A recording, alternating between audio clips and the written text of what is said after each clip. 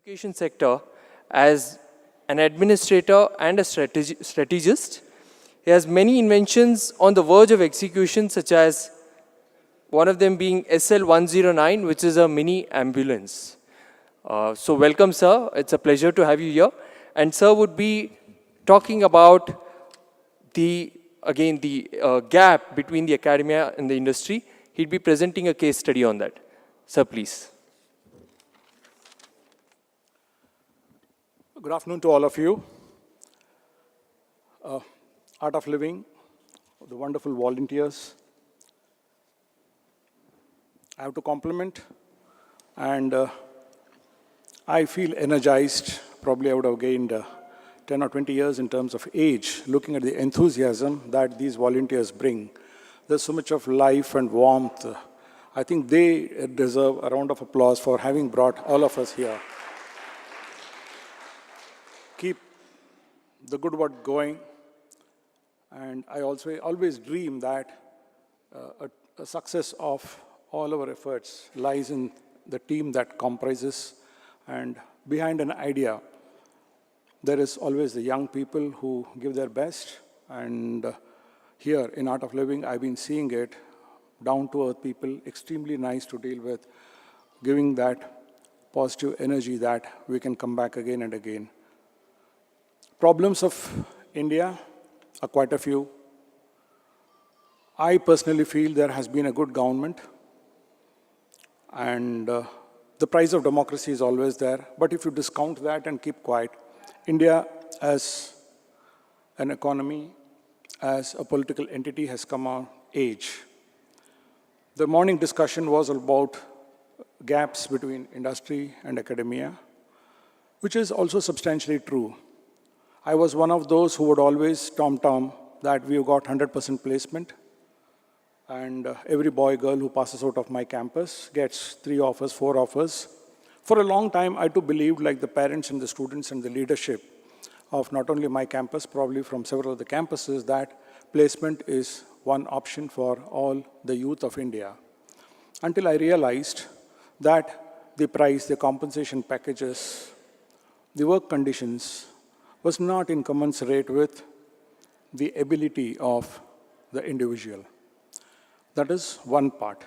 The second part was, how much can this organized sector, one of them being the bright spark, the IT sector, how much can it absorb the workforce from all the colleges that comes out of the Indian campuses? There is a limit, there is a saturation point. And later we start blaming each other that my engineers or other graduates are unemployable. I was still today, everybody whom I met, the Art of Living volunteers, 90% of them had engineering background. They have done exceedingly well in life. They have taken time off to do something very constructive and be as part of this event. Now, I asked them, tell me one instance where your client company anywhere in the world has rejected a work done by any Indian company or an Indian IT tech. They said no. So these are all issues.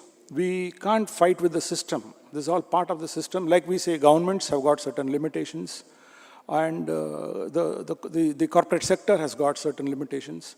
Should the entire country and its population depend only upon one sector, or can we look for ourselves? And a corporate and its CEO, they are answerable to the shareholders. End of every quarter, they have to produce results. They will obviously look at cheaper hiring process, cheaper products, cheaper services. Their objective is to maximize profits. If they don't do that, the CEO and his entire team would be out of jobs.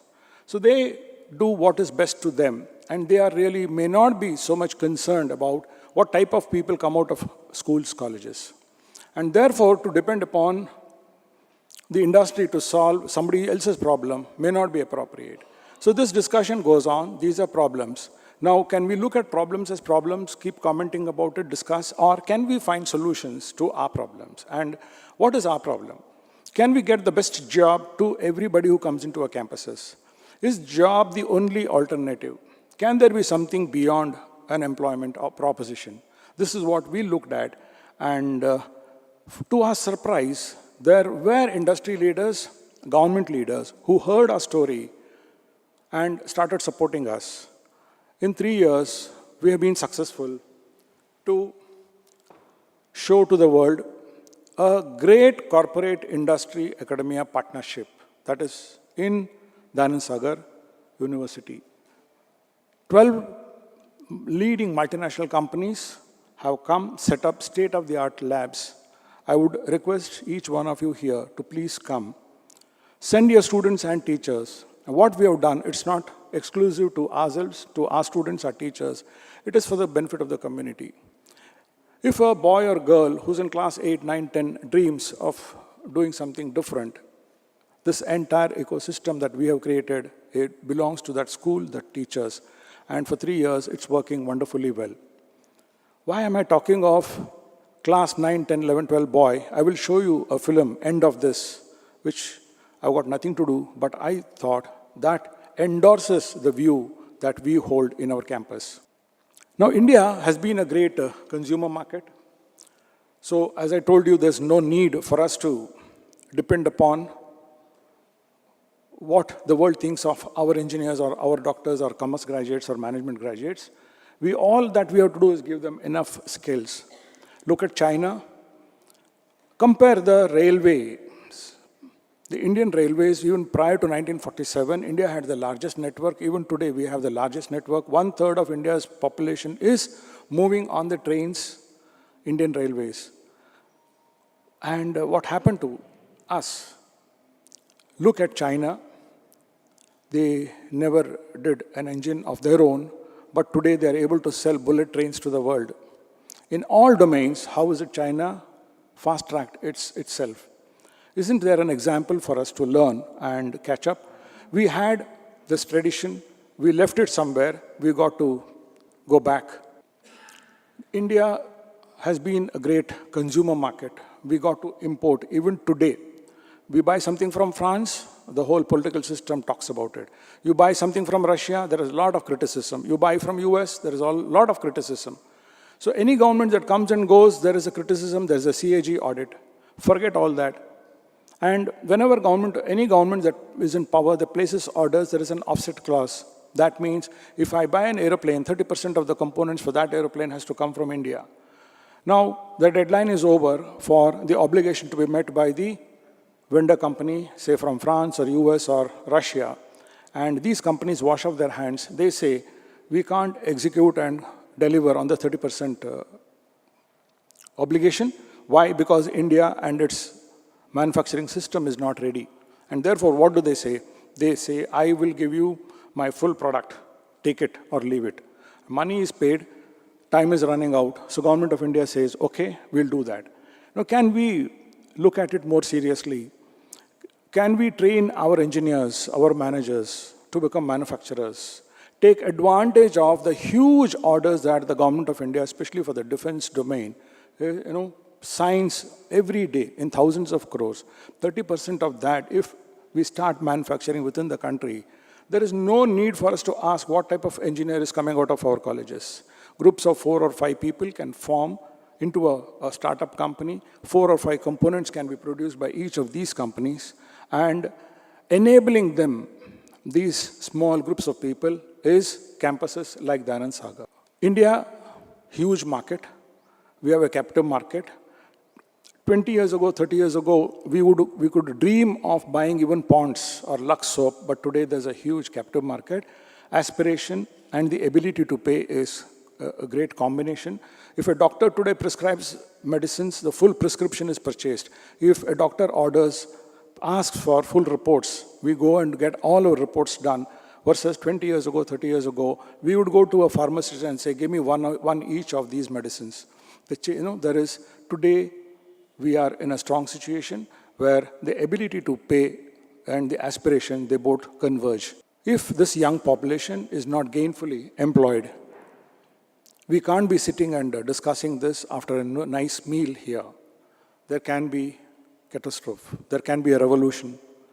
How do you solve this problem? Everybody need not go to college, and everybody who goes to college need not look at a white-collar job. Can all this set of people become carpenters, can become teachers, can become drivers? Then they need not be working in India alone. They can go into all of Europe, and all of Europe, US, everybody is waiting for the Indian talent. Why Indian talent is because we do not steal somebody's knowledge. Integrity of every Indian is exceptionally great. We ask for wages, we do a delivery, and we come back. We don't involve in the local political situation. We don't try to convert and become owners of the existing enterprises there. The Indian population is accepted all over the world, whether it is Africa to Europe, and therefore all that we have to do is, as schools and colleges, give skills in addition to the university degrees that we are giving. Once that is done, this population would be gainfully employed, and that is probably a very crucial need of this hour. So whether they work as employees or they start their own companies, how many can start companies? People who have ideas, they have to be picked, they have to be treated properly, they have to be supported with whatever is required to transform their ideas to real products and services, which is what we are doing, and we have found a degree of success. This is the ecosystem. I would invite all of you to come and see the campus. Industry, government, industry bodies, community, parents, everybody have been giving enough time to make this experiment a success. So, whether it is education, are we preparing our people for education or entrepreneurship, or can it be education and entrepreneurship? That's the question that each of us should ask ourselves, and talk to students, talk to the young population and their parents, tell us where you want to go. So this is what we have created. 200 enterprises can take birth today. Now, industry partners, it would be surprising to see how the corporates have come in, and these are state-of-the-art labs. 2 more are in the offing. With that, it becomes a dozen companies, and what you see in any best US university, you can find it in an Indian campus here in Bangalore. What is the outcome? Community response, funding partners and investors lined up. Mentors showed up, 100 students signed up. Parents swear their children would become entrepreneurs. And further support has come from the industry associations. Premier institutes across the world have been supporting this vision. Government of India, we always complain governments stay away, but no. You can see how government is coming closer to private campuses. Now, what happens to young people who sign up to become an entrepreneur while he's doing a BTech program in any of the colleges in India? Now, there is chances of success of a boy or girl turning entrepreneur or turning his vision into an entrepreneurship. 80% may fail. So what happens to him? This is a question which everybody would like to ask, some may not ask. We tell, if that is the vidhi, that is what is written in his, right, in his will, in his, there's nothing that one can do. He will take the route of employment. And employment in many of the campuses in Bangalore, there is huge employment, so there is no challenge on that. But for a company to pick a boy or girl who went into the entrepreneurship route, he comes as a premium. This workforce who started a company, tried to do something, and the venture did not take off. But these are people who come as a premium, ready to work. They can hold leadership positions as employees in large corporates or in small enterprises. So as I suggested, there is entrepreneurship in them. So these are the type of people who can join the workforce, bring in huge contribution, which makes a huge difference for a corporate. The process deployed to skill and enable students for developing an entrepreneurial mindset, what is that? The recruitment process would involve an idea going through industry, academia, entrepreneurship, and funding agencies. The curriculum is aligned with domain needs, entrepreneurship, students work on real projects versus textbook projects.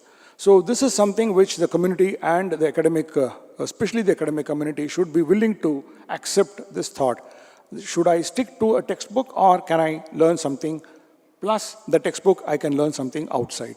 Access to individual and collective wisdom of DSU, industry partners, and the community is what we bring to the table. Now, an entire ecosystem beckons all. 8 years, 18 years, 28 or 30, whatever. You can come with an idea, and you are allowed to set up a company. This is something, none of this was served today. How does it relate to any of us? The dosa udin vada is what I want you to request you to look at. Does it ring anything? Smiles? Yes, food always brings about a smile. Our grandmothers, great-grandmothers, all have been doing the dosa and idli, the paste.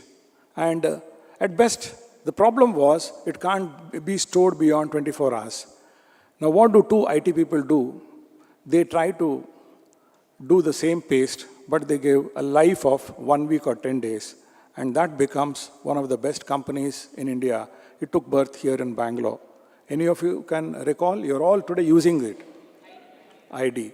And that Udin Vada making machine is a case study in Harvard. This took birth in. So what our grandmother, great-grandmother, we all have tried. We can do a idli dosa paste, but the problem is we are not able to give it life, shelf life. So that is where technology comes in. Any of you would have eaten a prawn? Again, two more engineers, same from Bangalore.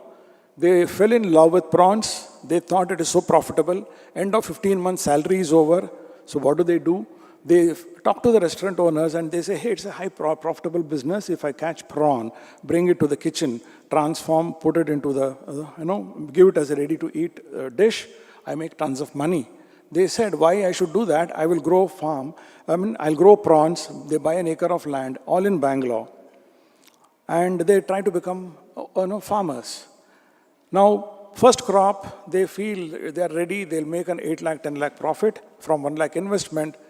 And end of the harvesting period, they see all their prawns are dead. Second time, they repeat the experiment. The prawns are dead. What would be the reason? Anybody with high school biology, chemistry should be enough. Yeah, now these two gentlemen sat with biotechnology students. They shared their problem and the solution was found. Now this is where, again, they were technocrats. They sat with biotechnology. So this is what interdisciplinary is all about. I may be good in one area, but I've got to work with somebody else who's got some other domain experience. Together we can find a solution. They brought in the solution, an app was produced, an app was developed, and the moment oxygen levels were going down, the farmers, the neo farmers were, they were getting the signals, they would run, restore, and the third crop was successful. Today it is one of the most sought after apps. Yes, Chinese companies, Japanese companies putting billions of dollars into, on a logo. Not a single room or hotel is owned by OYO.